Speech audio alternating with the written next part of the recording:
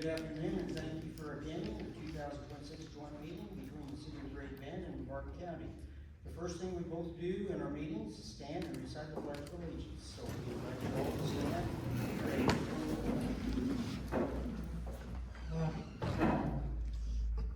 I pledge allegiance to the flag of the United States of America and to the republic for which it stands, one nation, under God, indivisible, with liberty and justice for all.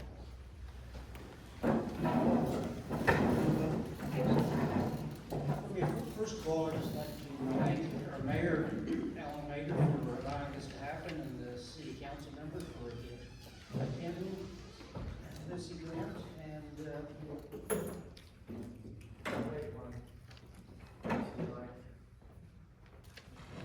Check.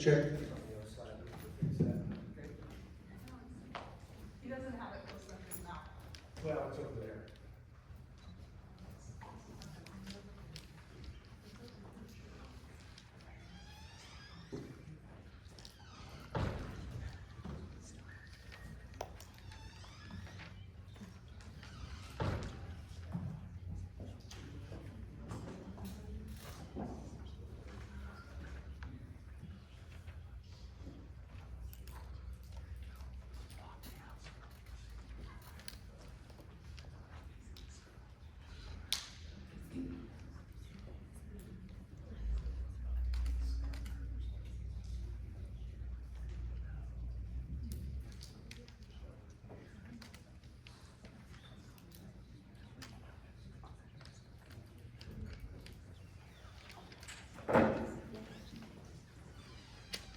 Okay, are we ready?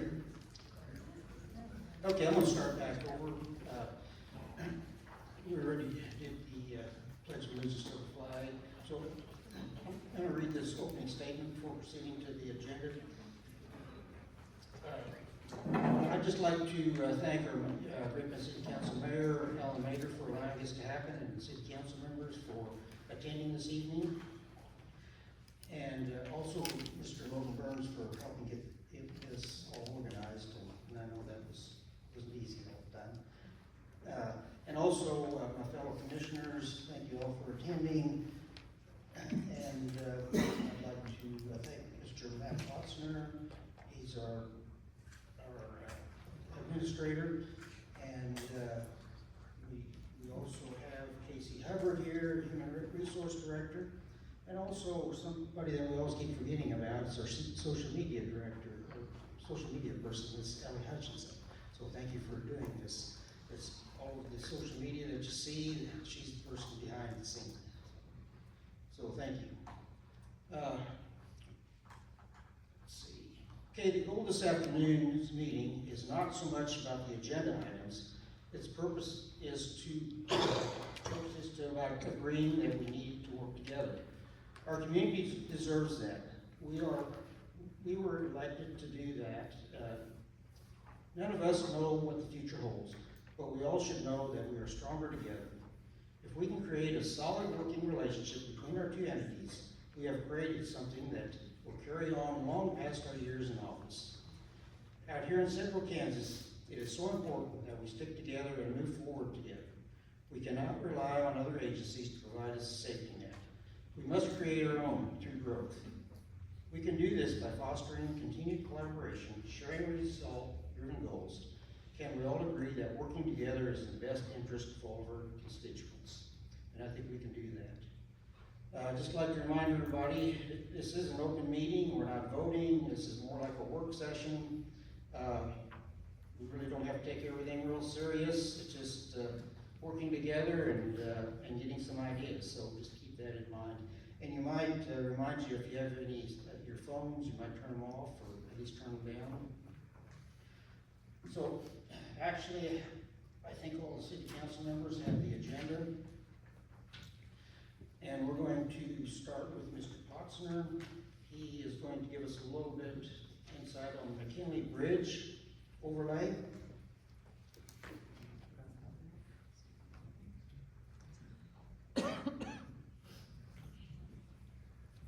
I've been waiting for the Thank you. Good Good afternoon, Mayor, council members, commissioners, and staff. Thank you for making time for this joint discussion.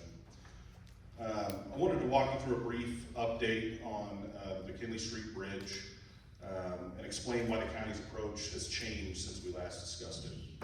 So last year, Barton County submitted a Kansas Local Bridge Improvement Program application for the bridge, which crosses Dry Walnut Creek and sits partially within the city limits.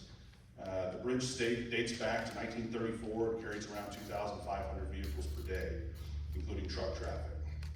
At this time, the bridge deck condition and geometry made it eligible for KDOT funding, and our preliminary thinking was that a full replacement might be warranted. The total cost that we were looking at to replace the bridge was $910,000, with a 15% local match and preliminary engineering costs totaling around $187,000. Because of the shared location and the benefit to both jurisdictions, we anticipated coming to the city of Great Bend to discuss splitting the local match of the KDOT funding if the KDOT funding moved forward. That would have been a total ask of around $94,000. Since that application was submitted, our engineer took a closer look at the structure, and the evaluation is what prompted today's update. The key takeaway is this: while the bridge surface shows wear, the structure itself is still in good shape. The load-bearing components are sound, and the bridge does not need to be replaced at this time. Based on that finding, the county stepped back and reconsidered the appropriate solution. Rather than proceeding with a full bridge replacement, we will overlay the bridge surface with cold mix asphalt. That addresses the driving surface concerns that initially raised red flags, improves safety, and extends the life of the bridge without incurring the cost and disruption of replacing a structure that doesn't truly need it. Because we're no longer pursuing a replacement project, we will not move forward with the KDOT bridge application for this location. And just as importantly, there is no local match associated with this work, and so we will not be asking the city to participate financially. This approach allows us to solve the problem efficiently, be responsible with taxpayer dollars, and still ensure that this roadway remains safe and functional for our citizens. We value our partnership with the City of Great Bend, and we wanted to be upfront and transparent as soon as the facts changed. We will continue to monitor the bridge's condition, and if a major capital improvement becomes necessary in the future, we will absolutely come back to the table and have that conversation together. We appreciate the city's willingness to have this conversation on this project and look forward to continued collaboration on shared infrastructure needs. So thank you. I believe the next item that we're moving on to is the Façade Improvement Grant Program. These two items really underscore our shared focus on both maintaining the fundamentals to keep people moving and investing in the places that make our community thrive. That's great news.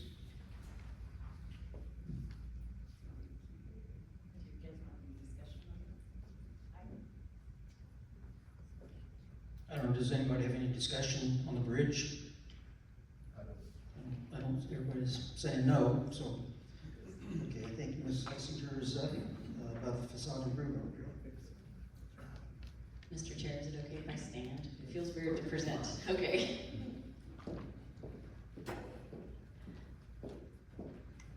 I just can't see any of you guys, so I think it'd be better. So we have a slideshow that kind of highlights the facade improvement grants, but I think it'd be easier if I could see everyone. So Commissioner Zimmerman's gonna run the slideshow for us. This just kind of highlights the facade improvement grant program as we have done it since 2021. The next slide. This just highlights what we've done with the city of Claflin. There have been 10 awarded projects. They have all come to completion. The last project, I believe, is the last slide on the right, and that was a combined project between 4 businesses that went together to apply for their grant. Made drastic improvements. I believe that was Squeegee's, Troy's Troy's grocery store, and then the Armory, Cheyenne Bottom's Armory, and the quilting store. And those 4 businesses came together and did one application. It was a really neat project that we approved with the city of Claflin. So this was Claflin's $150,000 payout in 10 projects. This next slide shows the city of Ellenwood. We've had 8 awarded projects. They're all completed for a total of $142,000. And I believe the most recent one is on the right over there, which was 1039 Cafe added a pavilion for more seating at their cafe. So that turned out very nice this year. On this slide, we have the city of Hoisington. We've had 11 projects, they're all complete. The total payout on that was $155,175, and I believe the last one is Brick and Blossom, they're on the right. And that was a really nice project that she did. So some of the other ones there is Cardinal Thrift Store. That was one of the first or earlier ones, but the last one was Brick and Blossom. This is the city of Great Bend, which is what you're all most interested in. We've had $527,945, 40 projects. We do have 8 that still are needing to be completed. There have been some delays, some historical issues there. But we have had 40 awarded projects. So this is some of the latest ones that we did. And Dilly Dock was one of the early ones. And then the Moses property ones on the right is one of this last round. This is just a list starting from 2021, kind of itemizing all the businesses that have applied and the estimated cost of application, the match, and then what the county put in. So this slide just shows at the bottom, actually tab to the next one, would you, Commissioner, please? This gives the grand total. If you look at the bottom, the estimated cost application was $1.4 million, of which the businesses contributed $797,000, and then the county match was $527,000. So this shows almost $1.5 million of improvements in projects in the city of Great Bend. And this kind of summarizes all the slides prior to that with Claflin's projects, the total paid out versus what the project's total cost was for all the individual communities. It's kind of just a summary. And this is a summary overall from 2021, 2023 through 2025. We've utilized over 40 local contractors, which that's one of the things in the grants that we emphasize, is they have to use local contractors if at all possible. If they have to go outside the community, then they have to give us a reason, like this historical window can only be made in Abilene, Kansas, or something like that. And we can grant waivers on that, but we really want local contractors utilized. So this has 68 total projects completed, and we have a few left undone. This is, it's a big deal. It's kind of a catchy little name for everyone. We just wanted to talk about how this strengthens the local business investment. It directly supports established and locally owned businesses that form the foundation of our economy. It enhances our community appearance. It improves key corridors, creating a more attractive environment that naturally encourages new growth and private investment. One of the key takeaways here, which actually ties in with creates a ripple effect. We had a business in Ellenwood that its neighbor applied for the Façade Improvement Grant, and once they got their work done, they were like, oh my gosh, my business looks so shabby. So he went out and did all the work himself and paid for it all out of pocket because he wanted his business to look nice to the business next to him. So that's exactly what we're looking for with this project, is if we can create a ripple effect, that's the best thing you can ask for. It increases commercial property value. It drives higher commercial valuations, which probably no one in this room likes, but it in essence does do that. It yields more than a double return compared to a residential rate due to the assessment structure. It builds a foundation for future growth. It positions the community for long-term success by prioritizing reinvestment locally before attracting outside development. And then we talked about the ripple effect. It really does, when you focus on an area, how much better when all of the buildings look connected. Maximizes the visual impact. That's created by the ripple effect as more and more and more businesses in that area spruce up the front of their business, and it's just amazing. This ensures responsible use of funds. Our grant program is structured in a way that they do not get the funds until the projects have been completed and all the contractors have been paid. So we make sure they've done that before we'll release any of our matching funds. And it demonstrates strong private investment leverage. Average project improvements are nearly twice the grant amount. So I think if we went back to that one slide, which we don't have to, but you can see how, for example, one of the properties was an $81,000 improvement, of which we only matched $10,000. I believe it was the Buckle. And everybody has seen how amazing that looks. I mean, it looked fine before, but look at it now, and it's not even quite finished, so I don't even know what percentage of return that would be, but it's quite more than the $10,000 match that we're going to put in on that. This is just the highlight of the 2025 guidelines. This is how we ran the program this year, and mostly how we've done it since 2021. We did, in 2025, we only had $10,000 per project in Great Bend. We did $20,000 in the other communities because each city matched. So this is a little bit different than what we did. We did allow each of the communities that we worked with, Ellenwood, Hoisington, and Claflin, to add the power of veto or the power of input to the projects that were selected. So every time we got an application, we sent that over to the city, and they took a look at it and said, yep, this meets all the guidelines, we vote for this one. And then we would both vote, and then that way we would do the project together. And this one just also says the minimum match was 20% of the anticipated cost. These things can be tweaked into 2026 if we choose to, but this is how we ran the 2025 guidelines. And then this brings us to the possible ask. We're looking to partner with the city for possibly $60,000 to do 6 grants. So we would put in 60, you guys would put in 60, and then we could do 6 grants in the city of Great Bend. We could work on if there needs to be changes in the parameters, and if we want to change something in this grant cycle, we sure could. We haven't opened applications yet. I do feel like that we got less applications when we dropped it to $10,000 in Great Bend. I think we had quite a few more compared to the earlier cycles where we did 20, we had quite a few more applications than when we dropped it to 10. So we would love to partner in 2026 and 2027 if you guys would so choose to, and we would love to work on tweaking the grant cycle and structure to make it something you guys would be interested in. Have you had any asks yet or inquiries? I know the grant's not open, but. I don't know that we have had anybody yet.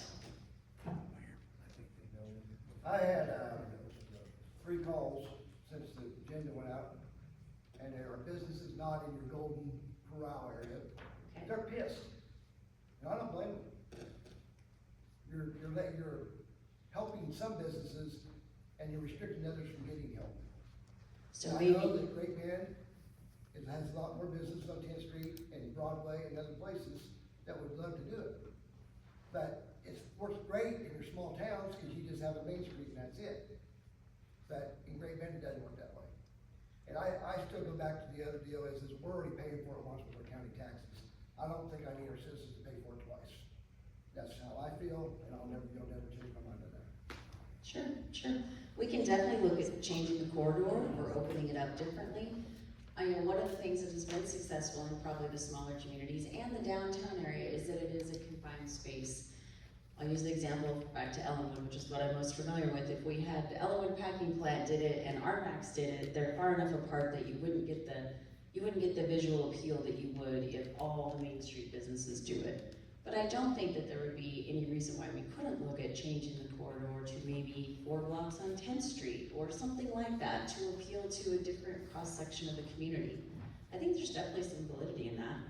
Well, we all know that businesses pay a higher property tax rate. Correct. So it shouldn't be restricted to a certain area, in my opinion. Yeah. If somebody is going to put a chunk of their money in to improve the property, make it look better, and it don't matter what part of town it's in to me. That's why I feel about it. I definitely think that's a valid point. I mean, does any other council members have any ideas? That makes sense to me. If you guys would be open to looking at that. Yeah, I mean, I get your point where there's huge synergy when they're all connected, but I also can see we're still one community. So if somebody else in the community wants to be a part of that project, it'd be nice to be part of it. yeah, I think that's something. Well, I think we talked in the past that each community could kind of adapt your program the way you guys. Tweak the want it. parameters. Yeah, so I don't know that, Claflin, Ellenwood, Great Bend all have to match, so. And maybe it's something that we change it for 2026 and see what it looks like. And then if it's like, well, that didn't work, we could tweak it again for 2027. So I don't think it's, since it's our grant program and we created it, I think as long as we're consistent and we apply all the parameters fairly across the applications, I think it could be changed this year and next year. Tweak it until it gets quite right for this community. I think each community is different. Might change year after year. Yeah. I'd be open to looking at it. I appreciate you guys doing that. But, okay, so let's go backwards again. You did 60,000 in Clapham, 60,000 in Ellenwood, 60,000 in Washington, 60,000 in Great Bend. Grants. We did 20 in Ellenwood, 20 in Claflin, and 20 in Hoisington last year, right? We did 20. Dollar. Dollar amount, yes, sorry, we did 2 projects, actually, we didn't complete 2 in Ellenwood last year. Those numbers were the grand total since 2021. Okay. But last year, we only did 2 projects. Did we do 2 in Hoisington, or just 1? We did 2, yeah, so I think we did 2, so we did $20,000 in each of their communities. So we would do 60 in Great Bend. Yeah. Well, I think it's a fabulous idea, and I think it should be citywide, because like you said on the ripple effect part, I don't care where your business is, if you're set up shop next to another business and they see you improving your business, whether they get it or not, like the example you said, well, my place looks terrible now, because that looks beautiful, and I wanna change that. It has a domino effect too, besides the ripple effect on the sales tax revenue that we will gain by the contractors, glass companies, signage, concrete, you name it.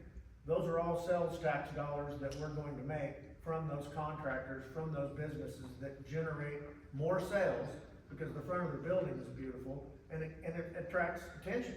So you're gonna say, well, let's go there and take a look. I've never been in there, but they sure did a heck of a job in the front of the place. And I think it's a good thing all the way around. Okay, well, I'd like to commend Alan. One thing about Alan, you know what he's thinking. He says what he's thinking. So thank you for doing that. But I think it's really something to consider. I think we need to look at that. And maybe you guys, as council members, you can discuss this. And I'm still a firm believer of certain blocks starting. The reason I say that is, I guess, say for instance, if there was a project east of town, the first impression people get when they come into town, and that's what they look at, and that would be like the first impression. And if you scatter it around, I agree what I don't remember your name, but that you said, it's a domino effect, and that probably does make a difference. But I think I'm all for the first impressions, and that's what people see. I think as I talked to Alan, I think last night, and when somebody from out of state or out of the county comes across Barton County line or in the city of Great Bend, they're going to spend some money, and you want them to feel it's a homey place. It's nice, and that would go back to the first impression. The first impression of Hoisington and Claflin would be Main Street. Right. Great Bend, first impression would be 10th Street. Honestly. Yeah, I don't know, where the main traffic comes in, but I think you want to look at that. We could look up statistics, but it would be. Our highest traffic comes from 10th Street. I don't think we should limit ourselves. Just let it out to them. And the city does vehicle power. Mhm. Well, that's something you guys need to discuss, and I think we'd take a look at any option, I believe. Do you guys limit how many grants is it? 6? It's always 6? Is that what- Yeah, that's all we can afford. They cap the dollar amount. And we gotta stop somewhere, otherwise, maybe the whole 10th Street, and I think that'd break the county. You've done 40 in Great Bend, and you capped it at 6, is that right? I couldn't say right off. Projects. So you hit almost, 40 awarded projects, and police been awarded 48. and that's in Great Bend. Since 21, Yeah. This is 21.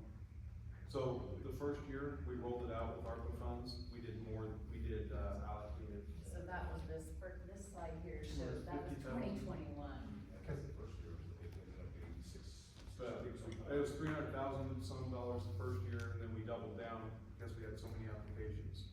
But that was with ARPA funding, so we had money. Then we had to whittle it back, and get it into a way that maybe could be sustainable in the future and continue on. The 6 award limit was just this recent year. For 25. Right, yeah. Thank you for that. We'll take it back to council on discussion. Right. And that's what this is for. Is there anything else that's kind of open right now? Is there anything else that comes to mind right now? I hopefully I can hear a little bit about each of the council members, if you got any ideas. Okay, yes, I see none. Yes. We can move on. The next item on the agenda is the Belt Humane Society, and we have Commissioner Hesfeld who's going to give us a little bit of insight on it.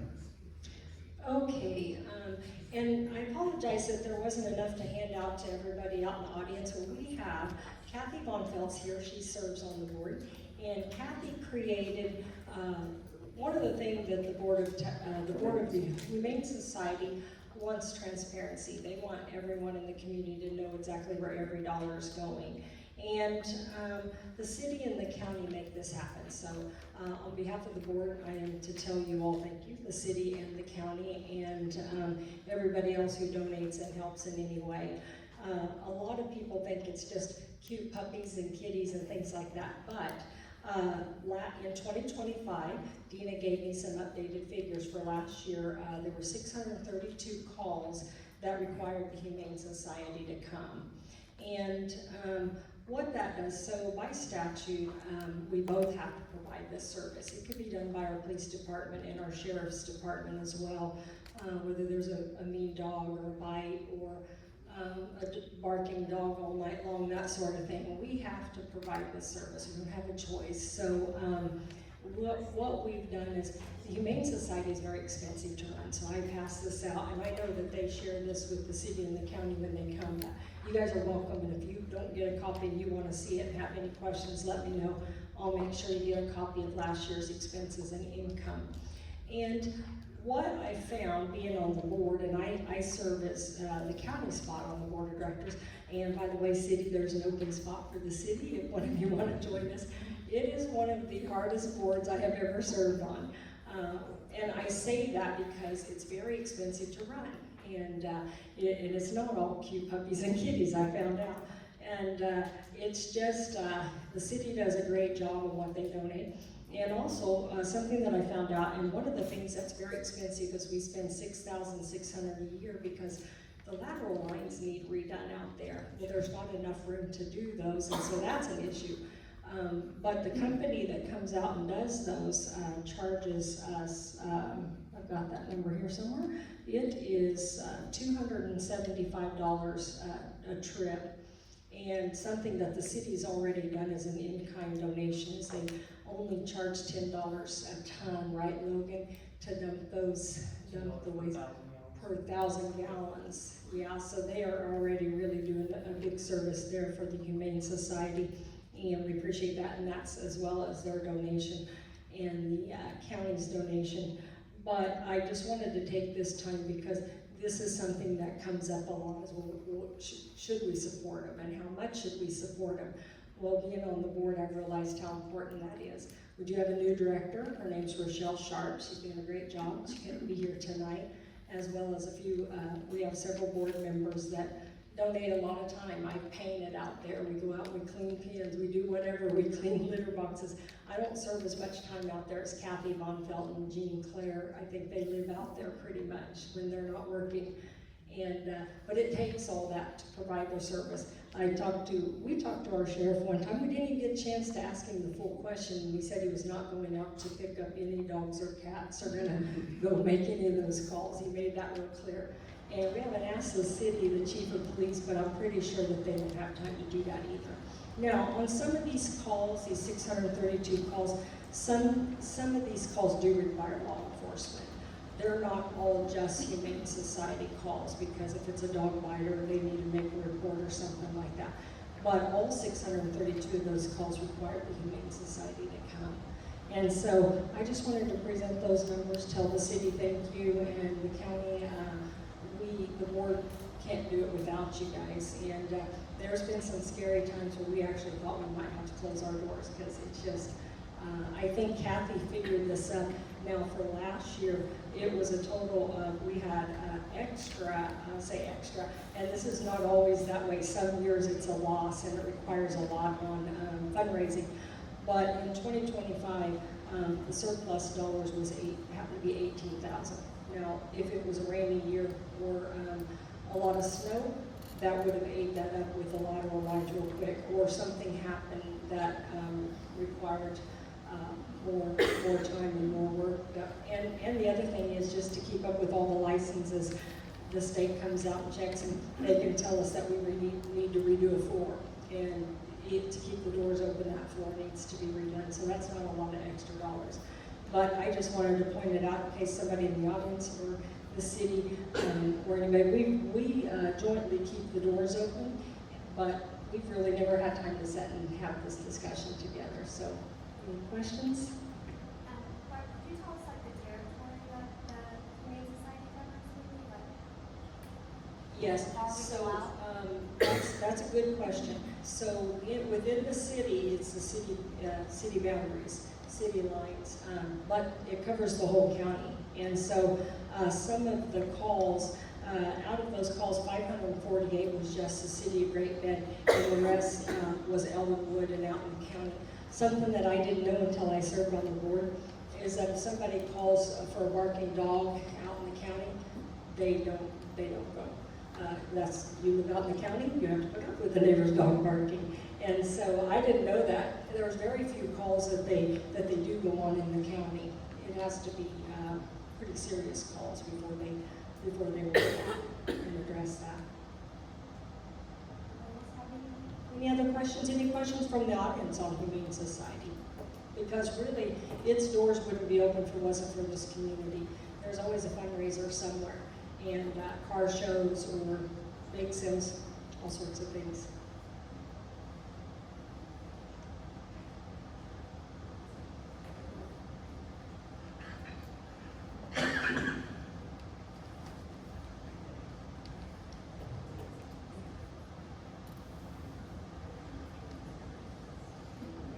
Okay, I'm sorry.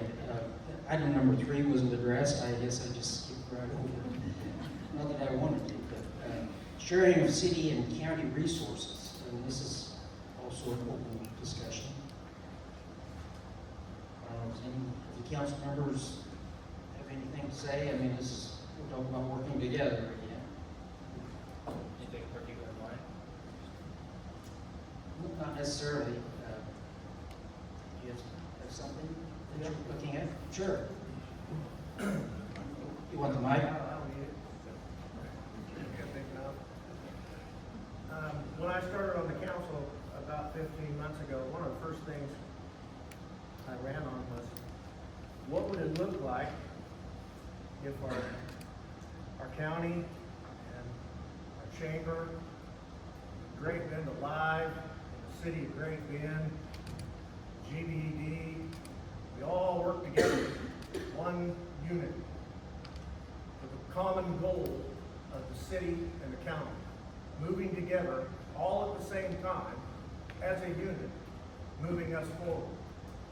I still believe we can do that. I think this is a great, big, giant step towards that. I think we ought to pursue that at every turn, because what we might not be able to do individually, and I'm not just talking about city or county or all these entities, what we personally might not be able to do individually, if we have outside help from our friends, the people that we know and our neighbors, then whatever that task that we have in mind or that's put in front of us, we can find a way to move forward on that. Same way with our city and our county and all the entities that I mentioned, and I probably left some out. But what would that look like if we all said, okay, let's all together look at the items that we have on our plate, whatever that is on this list or whatever it is, doesn't matter. But if we're all in the same mindset of going forward on whatever that project is, with whoever that we can draw from the well from, all those entities to move that project forward, or whatever that issue is. We might run into a roadblock and say, man, we need some help with whatever. Well, let's make some calls. Let's call in our people. Let's call in our circle. Let's get our circle a little bigger, because it's kind of small right now. Let's make the circle a little bigger. Let's get all of us involved and make that circle a little bigger, so we can draw from that well of all of those entities, not just, well, we're doing our thing and you're doing your thing, and we're gonna let you do your thing, and we're gonna do our thing, and you're gonna let us do our thing. We need to throw that in the garbage can. That's a real backwards, way old way of thinking. All of the cities that work together to move forward on whatever that issue might look like, they will strive to success much quicker. For us, for the city, for the county, for the cities around us, because they're going to see what's happening here and go, we want to be a part of that too. So I'm not just talking about just our entities. If we are doing that, and they see we are doing that, then Ellenwood, Claflin, and Hoisington, and the cities around us are going to look at that and go, hey, they're working together to move this forward. Whatever that issue is, man, we had to get on board with that. We had to be part of that too. So now we don't just have that, we have the communities around us that will become part of the well that we can draw from. What would that look like if we started doing it? It would be amazing. It would be a miracle, and it would absolutely be amazing. It would be a game changer for our community, for our county, all the cities around us. Maybe it's something we can form a committee of some sort sometime, and we can talk about that. And we've talked to some people, and I said, you know what, why don't we host something with the city councils of all the other cities, and do that once every 4 months or once every 6 months. We all get together in this room, the people from Hoisington and Claflin and Ellenwood and us and the chamber and all these entities, and let's throw some ideas out there. What's working for you? What's working for us? What obstacles are we facing? What obstacles are you facing? What can we help you with? What can you help us with? Wow, what a game changer that would be if we did that collectively. They would look at us and say, there's something in the water over there, and it's not nitrates. So why aren't we doing that? Let's be a part of that. And our growth would expand exponentially over the course of the next few years if we all came together and said, we're going to be as one community. I don't care if it's city, county, Hoisington, or I don't care. But if we're all working toward the same goal, and that's to make Barton County and the city of Great Bend better, to be more attractive for outside businesses, for people to move here, I don't care what it is. They come into this town and they see what's going on. I'm not saying they don't now, I'm just saying we can be better at it. We can. If we're working collectively together, we can be better at it. We're always stronger together than we are working individually. Always.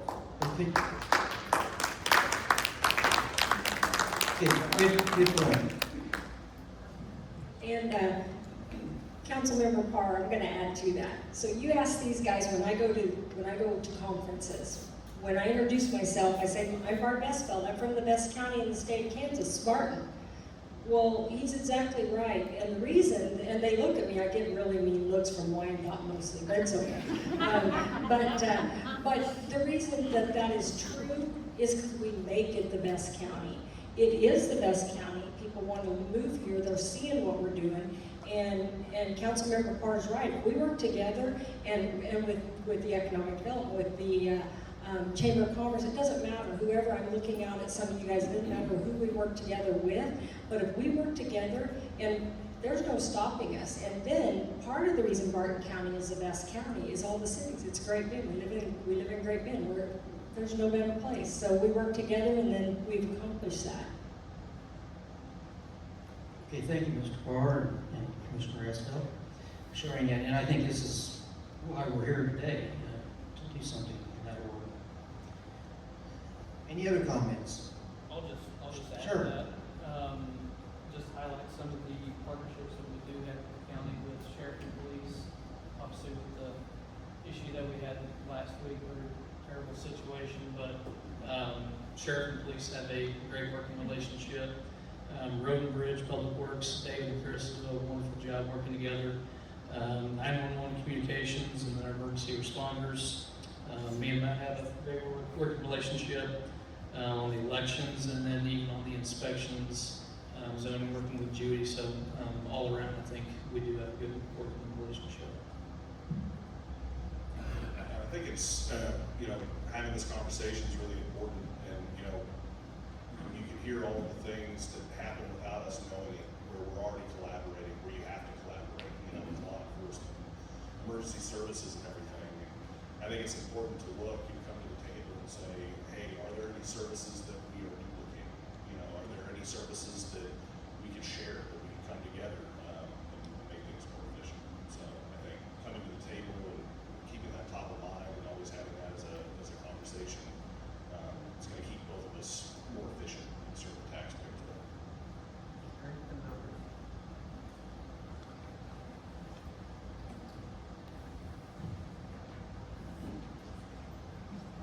Okay, one last chance, any more discussion on this? I see none.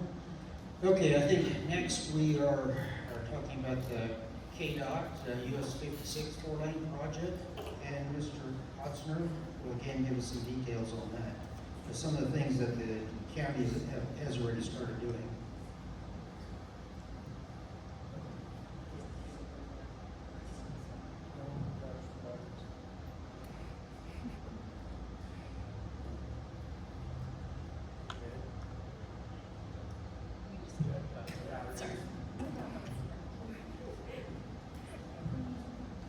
Thank you. So I wanted to give a little update on the US-56 4-lane expansion project, KDOT project. So US-56 serves as a critical transportation corridor for freight movement, agriculture, commuters, emergency services, and regional travel. And it is important to the long-term economic vitality of both Great Bend and Barton County as a whole. The 4-laning of US-56 remains a KDOT-led long-term project that will be advanced in phases as funding allows. Although the project is led by KDOT, Barton County has consistently partnered with the state through infrastructure planning, corridor supporting investments, and coordination. One of the most common questions we hear is about the local match, specifically whether the local jurisdictions are required to contribute a traditional cash match to 10% of the total project cost, which as of now would be close to $2 million, and would likely rise as we get closer to the start of the project. Barton County worked directly with KDOT to satisfy the local match requirement without the need for a standalone cash match equal to 10% of the total US-56 project cost. Instead, KDOT recognized significant county investments in corridor supporting infrastructure as an acceptable and appropriate form for the local match. Those investments are centered on Northeast 30 Road, which serves as a key north-south connector directly supporting traffic to and from US-56. So the Northeast 30 Road resurfacing projects completed in 2024 and 2025 represent a substantial county investment in a roadway that carries agricultural traffic, heavy trucks, and commuters connecting to US-56 and other state highways. These projects were deliberate improvements intended to increase pavement life, improve safety, and ensure that the route can reliably support the traffic volumes associated with a 4-lane US-56. Other US-56 supporting infrastructure projects are also being discussed that will add to this in-kind match. Working collaboratively with KDOT, the county was able to apply these investments as an in-kind match, thereby demonstrating meaningful local participation while maintaining fiscal responsibility and avoiding the need to commit a separate 10% cash match to the project overall. From KDOT's perspective, these projects directly support the US-56 corridor, reduce future state costs, and improve project readiness. As a result, Barton County has satisfied the local match obligation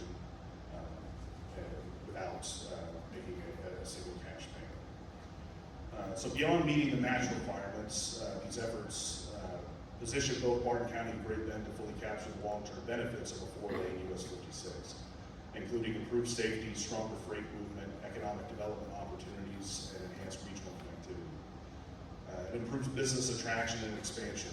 When companies evaluate locations, modern 4-lane highway access is often a baseline requirement.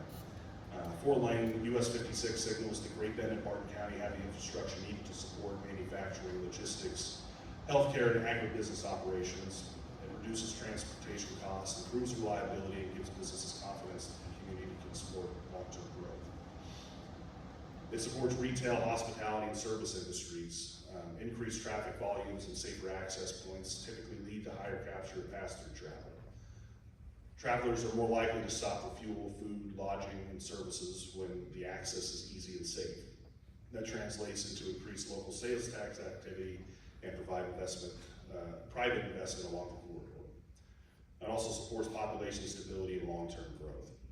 Infrastructure investment is one of the strongest predictors of whether rural communities can retain population, improving access to jobs, healthcare, and services that make Barton County more attractive to families, workers, and retirees. So in short, Barton County has taken a proactive, collaborative approach, working with KDOT to invest locally, plan responsibly, and ensure we are ready when future phases of the US-56 4-lane project move forward. So I'd be happy to answer any questions that you might have. Any kind of timeline when they might get started on that? I think the loose timeline was 2029, 2030, but they haven't really committed to that. So it's down the road quite a ways. So you know that they're asking us to take care of the utility requirements movements to the city of Big Bend, but they can't give us a plan yet, so we know what our costs will be. So we're not saying yay or nay until we know what our costs will be. Yeah, I was gonna. Luke, there we go. My report is not as good as that one, but there are a lot of details, not a lot of details from the state on what that impact will be on the utilities. We do have several sewer lines and water lines in the area. The sewer lines are deeper, but until we see those final plans, we don't know what that impact will be because they don't know the depth. They originally told us that they would send us something that said the city would have no cost for utilities. They wouldn't put that on paper. They did not expect to go that depth. Until final plans are developed, we can't confirm that. We did get a new contract from the state here about 2 weeks ago. That said, but we have 30 days to back out. The problem with that is we'll be in that position. That timeline is going to kick in at that point. Remembering that is just going to be kind of a pain. So until we can get a little bit more firm answer from the state on how that will impact our utilities, that's kind of where we're at right now, just kind of going back and forth with the state. But again, I mean, that could cost us millions to move those utilities there. So once we get those plans in place, then that's kind of where we'll know where we're at that point. Logan, this is like basically where the 4-lane ends going out towards Elmwood. Correct, it ends right at city Is that limits. correct? Yep.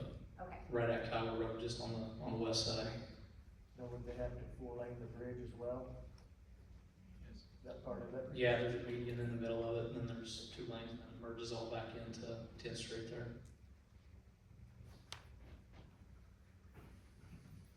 But even then, the city is obligated to reimburse KDOT for those unknown costs, and what those costs are, we do not know. So puts us in a bit of a spot, actually.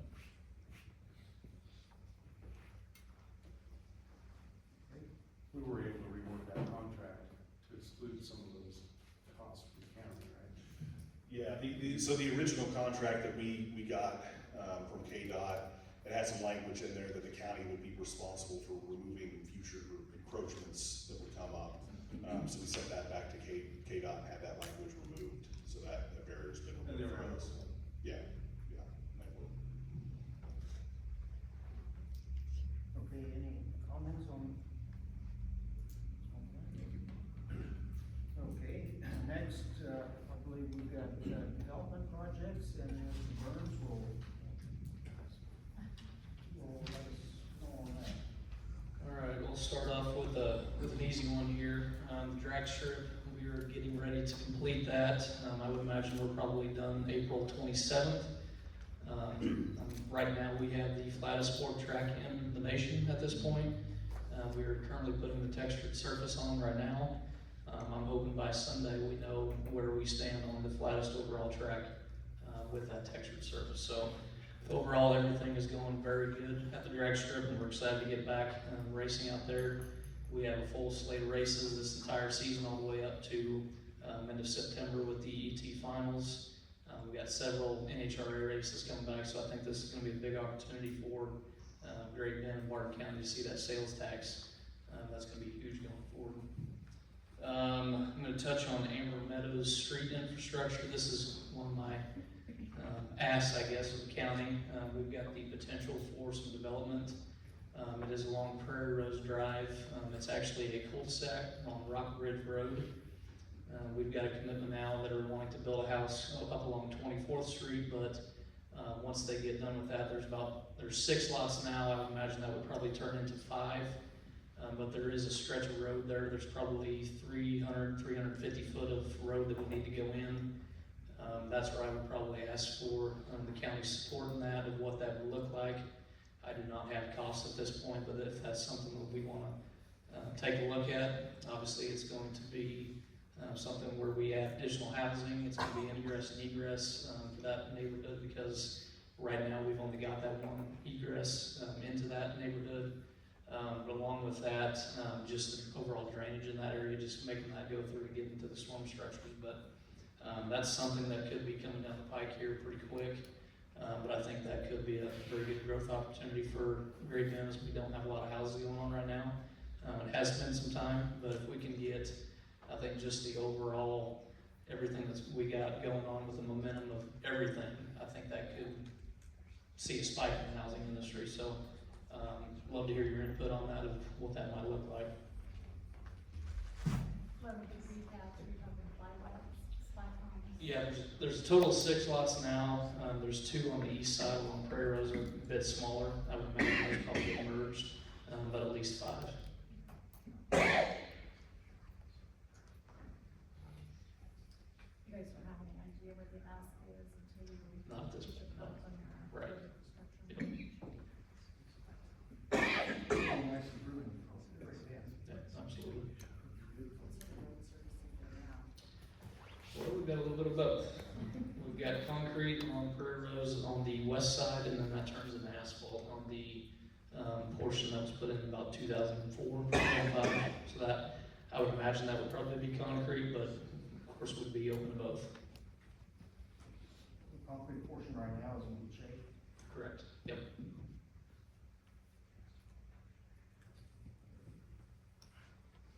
It's something we sure need about. Okay. Perfect. Yeah. Yeah, thanks for bringing that up, attention. Yep. Okay, anything else on development projects? I've got a couple more here. Couple more. Next one I'm gonna touch on Star Bond, as that's going to be coming up to City Council here at our next meeting. Actually, we are going to be having a work session on this. We're going to be bringing a bond and finance council in. We're going to be doing a work session with council just to see what the funding mechanisms looks like this. I don't know if everyone is familiar with Star Bond, but this has been something that we've been working on for 4 years probably, but it is enhancements out at the Expo Complex. It's going to entail likely 10,000 seats of a drag strip. We've also got an athletic complex out there. I would imagine right now we've got 4 courts. We're looking at something like a trampoline park, the banquet hall. Overall, it would be very, very good for Great Bend. This opportunity doesn't come along very, very often. They just extended Star Bond in the legislature here to 2031. Originally it was slated to end at the end of June, but that now has been extended. But we have submitted our project plan to the state of Kansas. They have approved that. The next step for us is to take it to City Council, call for a public hearing, and then have the public hearing. Calling for the public hearing, we're looking at May 4th. And then the public hearing will be on June 15th, but I think that's where, in the meantime, we'll have a work session with City Council. Here's how we fund this, and then obviously we're gonna get a lot of questions from the public on what does this look like for not only Great Bend, but Barton County as well. But again, this is probably one of those opportunities that doesn't come around very often. But overall, the total project right now is around $33 million. That includes the drag strip and the sports complex right now. At the work session on Monday, we will be talking specifically about the drag strip loan, but that could look like, so back up here, so the hotel and restaurants is all in the Starbond district. Once these hotel and restaurants get up and running, then you have Starbond investors that then buy those bonds, or special revenue bonds. That would entail the city initially taking out around 18 to 19 million in GO bond debt. Those would be temporary notes for 4 years, so you're just paying interest on at that point. And then once everything is up and running with the hotel, restaurants, drag strip, that is when those star bond proceeds would then decrease your GO bond amount, and then that's gonna come back down to, right now, if everything goes great, we're looking just shy of 10 million in star bonds. We were approved about 40% from the state for star bond proceeds. You get a maximum of 50%. You probably heard a lot about the Chiefs up in Kansas City. That's how that is all being funded. But at that point, and this is not taking into account any operational revenue, but that could look like our bond could be anywhere from 6 to 10 million. So we're getting updated numbers from our finance council, and we'll have those in our work session. But one of the options to possibly look at this would be a quarter-cent sales tax, but that's where we need to run those numbers through city council and how that looks for everything. But just going forward, we need to get that information out to the public and what this is, what it isn't, what this could mean, because it could mean that from the study that the state did, it was around 561,000 visitors. So I think that's where you can capitalize on the sales taxes, where everybody's paying for it. I don't want to touch property tax in this situation, but that's where we'll be getting a lot of that information out to the public of what this could be, but this could be coming up in November. One of the things, touching on the how the star bonds get paid back. So the star bonds get bought by investors, and then you take the base tax value of what you're bringing in. So hotel and restaurants, whatever that base increment that you're bringing in, and then anything above that is how those get paid back. So city would not be losing out on any additional tax. It's just the increment above that baseline. Like the RHIP. Pretty much, yeah. So one of the options that, again, I'm gonna ask for maybe some support from the county. So the 6.5% comes from the state, and then there is our portion of the county sales tax, Great Bend sales tax, the 1.2%. There's also a county portion of that of the 1% sales tax. I don't have those figures yet, but I can get that to you. But that's where, if Barton County is in support of this project, they could pledge that county portion to the star bond to help fund that. So again, there's a lot of information out on the star bond. There's gonna be a lot of questions on it, but that would be one of the initial asks of support from Barton County of how that looks. But again, this is one of those opportunities that doesn't come around very often, so. So you create a district out of the airport and the sales tax just from that district? Correct. Yep. But the Yep, at the expo, and then the state, yep. And restaurant. Yep. So it wouldn't be contiguous. There's two districts, yeah. Yeah. Two districts. And is that like a 20-year term, or until it's paid for, or how does that? Yes, the star loans are 20-year terms, or until it's paid off. Whichever is shorter. Correct. Okay. I'm sure there'll be a lot of questions after this, but I want to get it out there. That's nice. You're more than welcome to come to the work session, April 20th. We'll be having a bond and finance council there to talk that over. Bring the check. What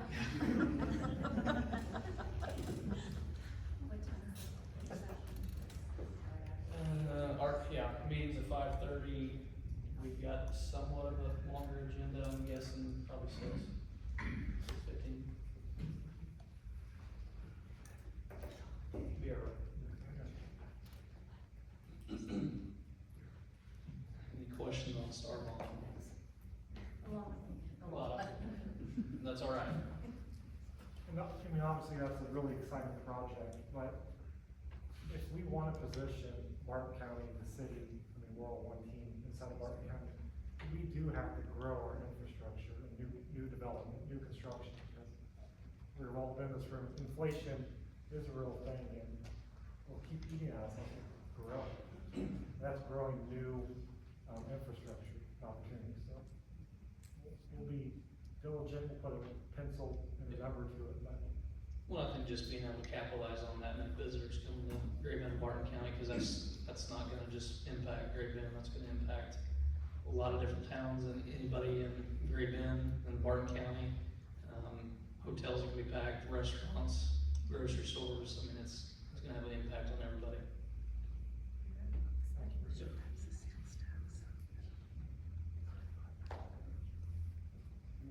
Good on start one?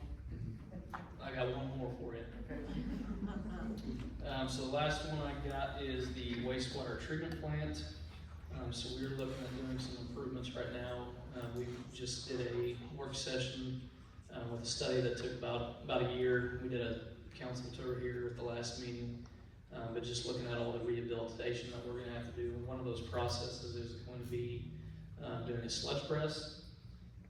What that involves, it's called cake, but it is dried and processed sludged, which is basically suspended solids that we remove from the water being hauled to the landfill. We currently have a special waste permit through KDHE for drying bed sludge. This would be a more processed product than that. We haul screenings now in the landfill after we process it. This could be 1 to 2 truckloads every day in the future once we do get that up and running. But we're looking at changing our process to cake rather than an activated sludge. I guess any concerns with that is we would be bringing out 1 to 2 truckloads a day. I know Lorna does it now, but this could be something that EPA is going to have regulations, and that's where everything's going to move to. Again, just wanted to bring it to the forefront of everybody's attention of what this could look like for Great Bend, and then how that could impact the landfill at that point. If the EPA goes the way we think they're going, what is the young one in the same situation? Yeah, I'm not sure on how they do their sludge and all that, but it could impact them. Just something to think about. I know Darren is working on that, but it is not. It's not a heavy product at all. It's very light. It's just not. It's the volume of it. I would say more.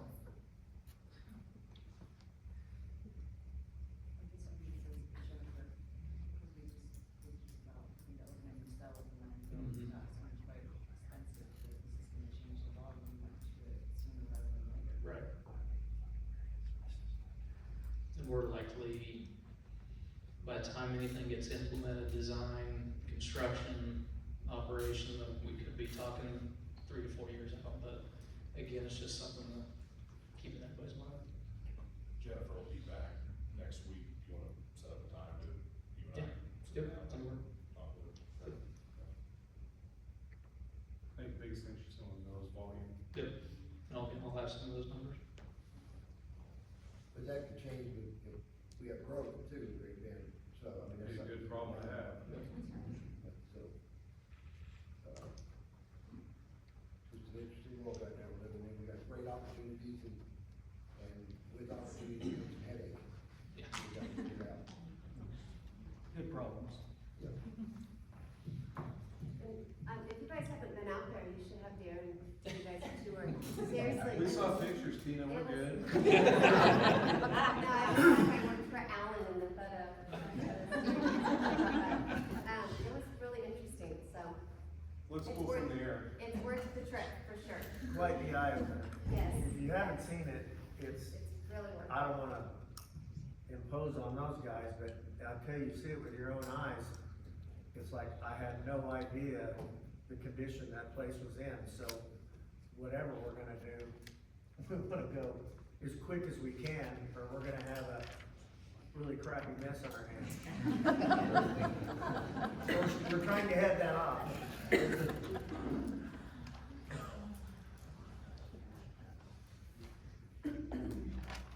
What else on development projects too, and this is just on a personal side. I don't know if anybody's been down to the Zara or toured that or been into Tellers, but if you haven't, you gotta go. I'm not doing a commercial or anything, I just was recently partook of what was going on in there, out of this world. We really have an upper end steakhouse right downtown Great Bend. And the cuisine in there is second to none, and I'm a food fan, and it was off the grid good. Anybody that has ever been there will tell you the same thing. And what they're doing with that building in there, I don't know if you've been in there, but I know Alan's working on it, P&S, and there's a lot of local contractors in there. The time and money that they're spending on that corner to make that a landmark of Great Bend, if you haven't seen it, you gotta go see it. If you wanna know about any square inch in town, go talk to Judson Engel, cause he knows, he can go back to 1899, tell you where every house was and who owned it. It was quite informative, he did a great job. Thank you, Mr. Moore. Yeah, anytime we can upgrade downtown in any of the towns, I think it's money well spent. Okay, as we move along, legislation regarding valuation of property tax, and we've got Commissioner Esfeld will give us insight on that. Of course, we saved your favorite topic for last, property taxes. There's some people in the room that could do a better job than I can, but legislation, this was by far the toughest year that I think every representative and senator will agree with me that they've ever had. And so if you see Tory Blue or Sherry Brantley or Brett Fairchild, please tell them thank you. They worked their tails off, and maybe they didn't make a lot of accomplishments, but they protected us over a lot of things that you guys didn't even see that would have been really bad for us. But with that, we've been talking, all of us, and our legislators tried to get property tax relief. They fought really hard and they just weren't able to get it done. So we have an idea that we want to join with the city on, and anybody else who wants to serve on this committee, brainstorming committee, we want to write a bill that will truly lower property taxes. And we watched legislature this year come up with some really good ideas that didn't pass. And we saw that and we're like, well, why don't we write our own bill? And that way maybe some of the personalities that got in the way of some of those things passing this past year wouldn't happen if we wrote our own bill from our area. And we take the good that could have worked and make one bill for it. So, and we happen to know somebody on the council way down there that has some connections in Topeka. And so maybe she might want to serve on this committee. But anybody that wants to, you know what, we can make a difference. And we can put some of these things in place. And the STAR bonds, some of that you were talking about, some of our ideas on down the line, how we would start. And there are ways that we can lower property taxes now that we can keep on it, because ticket sales or just anything from all those places. You go to Topeka, look at your hotel bill. There's a whole bunch of different charges on there that go to downtown or go to here or there.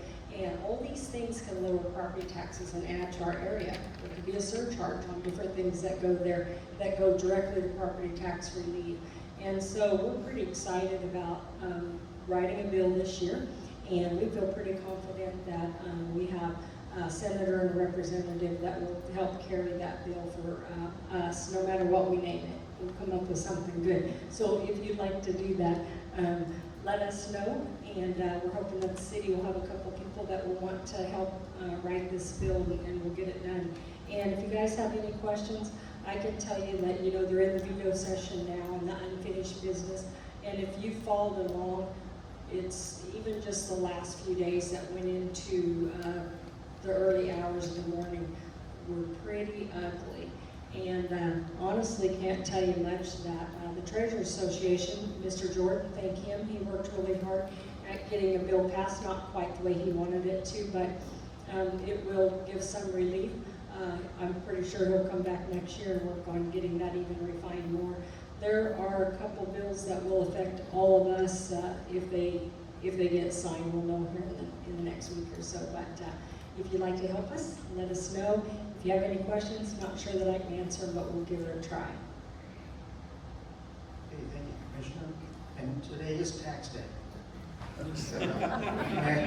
Imagine that on taxes. Okay, that's it for our agenda. I'd like to add though, the last item, so where do we go from here? We don't wanna just file this agenda and call it good and forget all about it and go home. So I think we need to, I think both sides need to talk about it.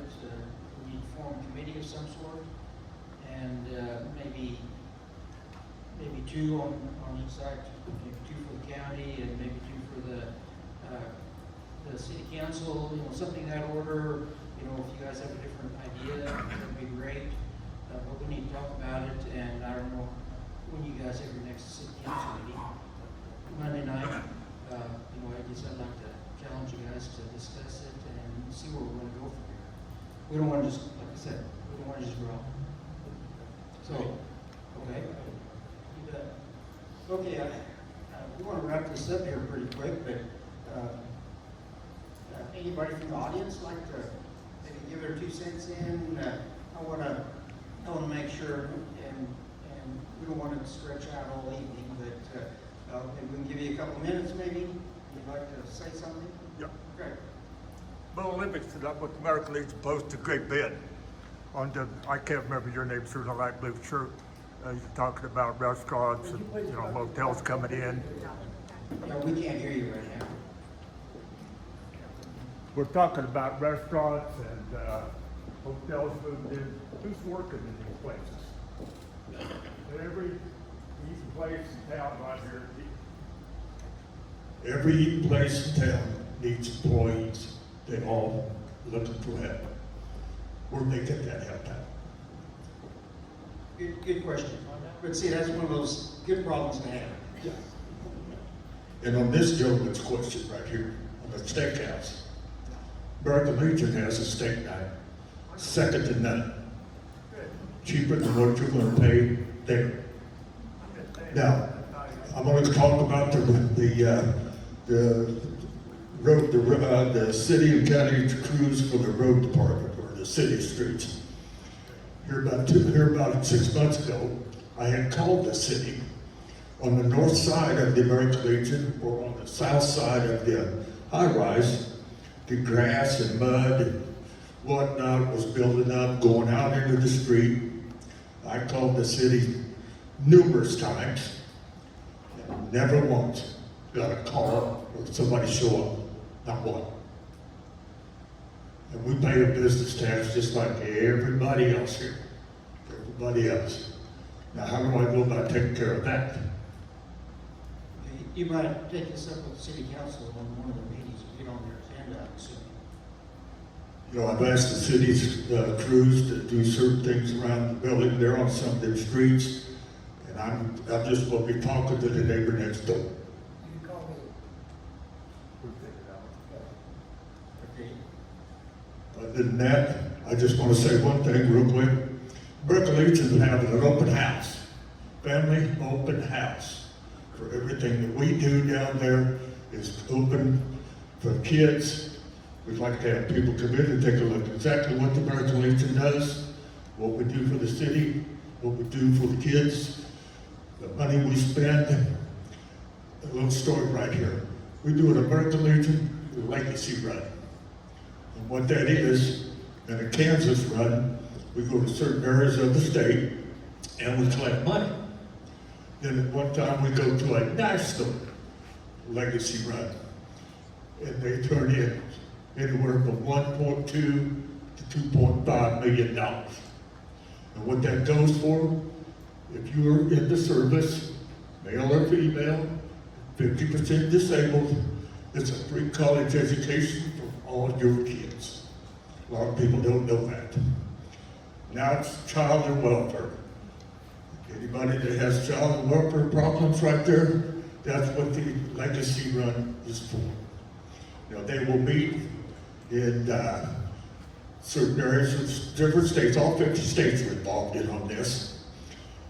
And you'd be surprised how much money is raised for child and welfare and for kids that need a college education. A lot of people don't know that. That's what we do. I might add that the American Legion is a very good organization. Thank you for what you do. So, I think, okay, thank you. Okay, another quick comment possibly? Okay, if not, I think we're gonna wrap this up. How about city council? Any last comments anybody would like to make? Commissioners? Let's take a photo. Pardon? Let's take a photo. Yeah, we can take a photo. Okay, well, one last thing, I just want to thank the public for attending. I think when I first started being on some boards, it always made me nervous when there was a lot of public out there. I thought I was in trouble. But the longer I'm on committees and things, I really appreciate the public coming out and shows their interest in it. So thank you all for coming out. And with that,